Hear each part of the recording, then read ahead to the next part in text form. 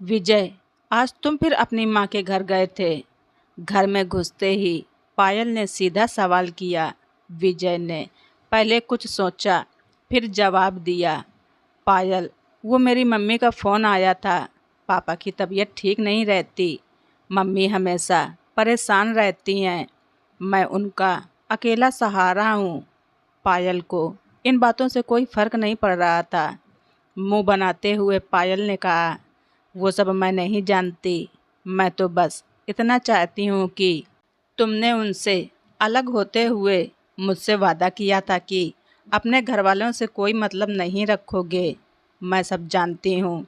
तब तो बहू बेटे को घर से निकाल दिया था। अब बेटे की कमाई के चक्कर में उसे बार बार बुलाते रहते हैं। विजय को बहुत गुस्सा आ रहा था, लेकिन घर की शांति बनाए रखने के लिए उसने खुद को संभालते हुए कहा, देखो पायल, पैसों के लिए मेरे पापा की पेंशन ही काफ़ी है। और रही बात वहाँ जाने की, तो मेरे सिवा उनका और कौन है। पापा की बीमारी को देखते हुए मेरा फ़र्ज़ बनता है कि मैं उनका ध्यान रखूं। बेटा होने के नाते मेरा भी तो कुछ फ़र्ज़ है। विजय पायल को बहुत देर तक समझाता रहा, लेकिन पायल न मानी और उसने विजय से कसम ली कि वो बिना उससे पूछे कभी अपने माँ बाप से मिलने नहीं जाएगा। विजय पायल का स्वभाव अच्छी तरह से जानता था। अगर उसके मन का काम न करो तो वो बहुत ज़्यादा गुस्सा हो जाती और डिप्रेशन में चली जाती है। यहाँ तक कि आत्महत्या भी करने का विचार करने लगती है। विजय ने उसकी ये शर्त भी मान ली, लेकिन उसका मन हमेशा अपने मम्मी पापा के लिए परेशान रहता था। उसे आज भी याद है कैसे पापा ने अपना पेट काट काट कर उसे पढ़ाया लिखाया है। विजय की हर इच्छा पूरी की, यहाँ तक कि रिश्तेदारों के दबाव में ना आकर विजय को अपनी पसंद की लड़की से शादी करने की इजाज़त भी दे दी। लेकिन शादी के 6 महीने बाद ही पायल ने लड़ाई झगड़ा करके उनसे अलग होने का फैसला कर लिया। विजय के पापा दीनदयाल जी ने एक दिन विजय से बात की, बेटा, अगर बहू हम लोगों के साथ खुश नहीं है तो तू अलग हो जा, हमारी चिंता मत कर। ये सुनकर विजय ने कहा, पापा, अब जब मुझे आपका ध्यान रखना चाहिए तब आप चाहते हैं मैं आपको बेसहारा छोड़ दूं। ये मुझसे नहीं होगा। विजय की माँ संजू जी ने कहा, बेटा सही तो कह रहा है। ये बहू को समझाएगा तो वो धीरे धीरे मान जाएगी। आपकी भी तबीयत ठीक नहीं रहती। दीनदयाल जी ने संजू को चुप कराते हुए कहा, कैसी बातें कर रही हो तुम। वो नए ज़माने की मॉडर्न लड़की है, जाने दो इनको। बेटा विजय, तुम बहू को लेकर जहाँ वो जाना चाहे चले जाओ, हमारी चिंता मत करो। विजय अकेला बालकनी में खड़े होकर यही सब सोच रहा था। तभी फ़ोन की घंटी बजी। दूसरी तरफ माँ थी। उनकी आवाज़ लड़खड़ा रही थी, बेटा विजय, न जाने तेरे पापा को क्या हो गया है। मैं इन्हें हॉस्पिटल लेकर जा रही हूँ, तू जल्दी से आ जा। विजय ने कहा, माँ, तुम चिंता मत करो, मैं अभी पहुँचता हूँ। ये कहकर विजय जल्दी से नीचे आया और जूते पहनने लगा। पायल ने देखा विजय कहीं जाने की तैयारी कर रहा है। विजय, तुम कहाँ जा रहे हो इतनी रात को, और अभी किसका फ़ोन आया था। विजय की आंखों से आंसू बस छलकने ही वाले थे। उसने कहा, पायल, पापा की तबीयत बहुत ख़राब है, मुझे जाना होगा। माँ उन्हें लेकर हॉस्पिटल गई है। पायल गुस्से से बोली, विजय, मैंने तुम्हें कहा था कि तुम उनसे मिलने नहीं जाओगे।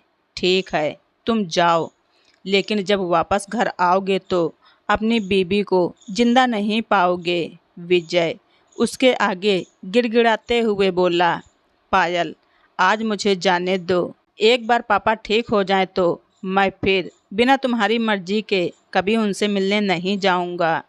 लेकिन पायल का गुस्सा तो 7वें आसमान पर था। विजय के लिए जिंदगी और मौत का सामना एक साथ होने जा रहा था। एक तरफ उसका फर्ज उसे बुला रहा था, दूसरी तरफ उसका प्यार उसे फर्ज निभाने से रोकने के लिए मरने को तैयार था। पायल, तुम्हें मरना है तो मर जाओ, मैं अपने पापा को इस हाल में नहीं छोड़ सकता। विजय के मन में ये विचार बार बार आ रहा था, लेकिन वो इसके लिए मुंह न खोल सका। कहीं पायल ने सचमुच कुछ गलत कर लिया तो क्या होगा, यही सोचकर वो चुप रह गया। विजय ने जल्दी से अपने दोस्त दिनेश को फ़ोन किया। दिनेश मेरे भाई, मैं कहीं फंसा हुआ हूँ, मेरे पापा हॉस्पिटल में हैं, तू उनके पास पहुँच जा और जितने भी पैसे की ज़रूरत पड़े मुझे बता देना, मैं भेज दूँगा। और मुझे हर 1 घंटे में फ़ोन करके उनका हाल बताते रहना प्लीज़।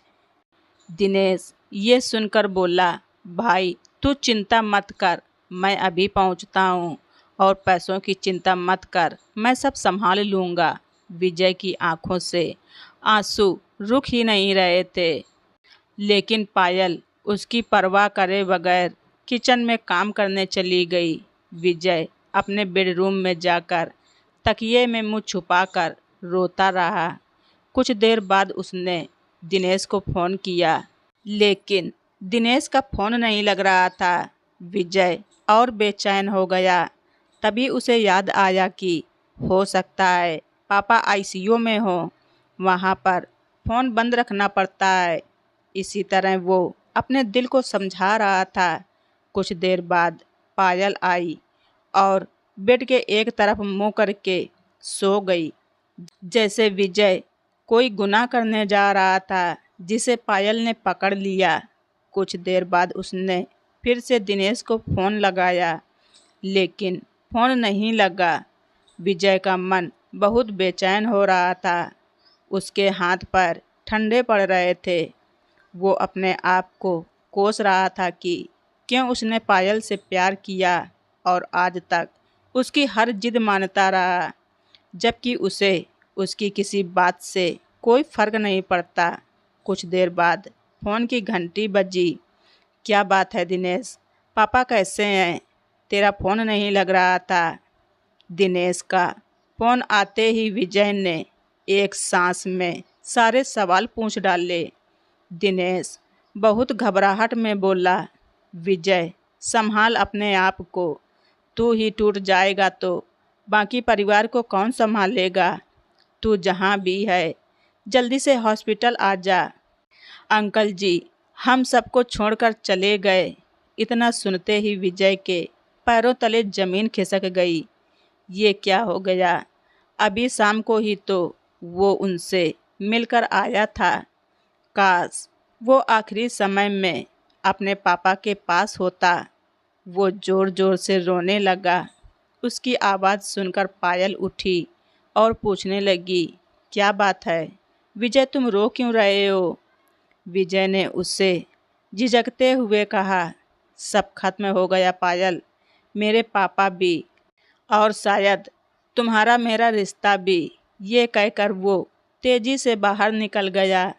पायल भागती हुई उसके पीछे विजय विजय चिल्लाते हुए भागी, लेकिन इससे पहले कि कुछ कह पाती विजय वहाँ से जा चुका था। पायल की आंखों से भी टप टप आंसू बह रहे थे। कहीं अब विजय उससे नफरत तो नहीं करने लगेगा, कहीं उसे छोड़ तो नहीं देगा। यही सोचकर वो रोए जा रही थी। अगले दिन विजय के पापा के घर पर सारे रिश्तेदार इकट्ठे हो गए थे। विजय एक तरफ कोने में गुमसुम सा बैठा था। तभी वहाँ पायल आई। उसने विजय को देखा, लेकिन विजय को तो जैसे होश ही नहीं था। फिर वो अपनी सास के पास जाकर बैठकर रोने लगी। उसकी रोने की आवाज़ सुनकर एक बार विजय ने उसकी ओर देखा और नज़रें फेर ली। विजय ने भारी मन से अपने पापा को अंतिम विदाई दी। आज उसके पापा को मरे हुए 8 दिन हो चुके थे। इन 8 दिनों से पायल भी वहीं रह रही थी, लेकिन विजय ने एक बार भी पायल से बात नहीं की। ये बात संजू जी अच्छे से नोटिस कर रही थी। दीनदयाल जी की 13वीं के दूसरे दिन संजू जी ने विजय और पायल को एक कमरे में बुलाया। विजय पायल को देखकर उठकर जाने लगा। बेटा, मेरी बात सुन। मैंने ही बात करने के लिए बहू को बुलाया है, लेकिन मुझे कोई बात नहीं करनी। माँ, पापा की बात मानकर मैं अलग हो गया, लेकिन अब मैं आपके साथ ही रहूँगा। चाहे आप जितना भी कहें, मैं कहीं नहीं जाऊँगा और इसे जहाँ जाना है चली जाए। ये सुनकर पायल रोने लगी। संजू जी ने उसे चुप कराया और कहा, बेटा, ये दोनों चिट्ठी तेरे पापा तुम दोनों के नाम से छोड़कर गए थे, एक तेरे लिए और एक बहू के लिए। विजय ने जल्दी से चिट्ठी माँ के हाथ से ले ली, जैसे उसे पापा को पाने का आखिरी मौका मिल गया हो। उस चिट्ठी में लिखा था, बेटा, मुझे मालूम है कि बहू हम दोनों के साथ रहना नहीं चाहती, लेकिन मुझे पता है मेरे जाने के बाद तू माँ को अकेला नहीं छोड़ेगा। फिर से इसे लेकर घर में कोई विवाद ना हो, इसलिए मैं तुमसे एक वादा लेना चाहता हूँ कि अपने पापा की अंतिम इच्छा पूरी कर और बहू का कहना मानकर उसके साथ चला जा। तेरी माँ के लिए मैंने पहले ही वृद्धा आश्रम में इंतजाम कर दिया है। वो वहाँ खुशी से रहेंगी। कभी कभी उनसे मिलने चले जाया करना। अगर तू मुझे प्यार करता है तो मेरी अंतिम इच्छा ज़रूर पूरी करेगा। इधर पायल ने भी अपनी चिट्ठी खोली। उसमें लिखा था, बेटी, तू चिंता मत कर। मेरा बेटा भावनाओं में बह जाता है।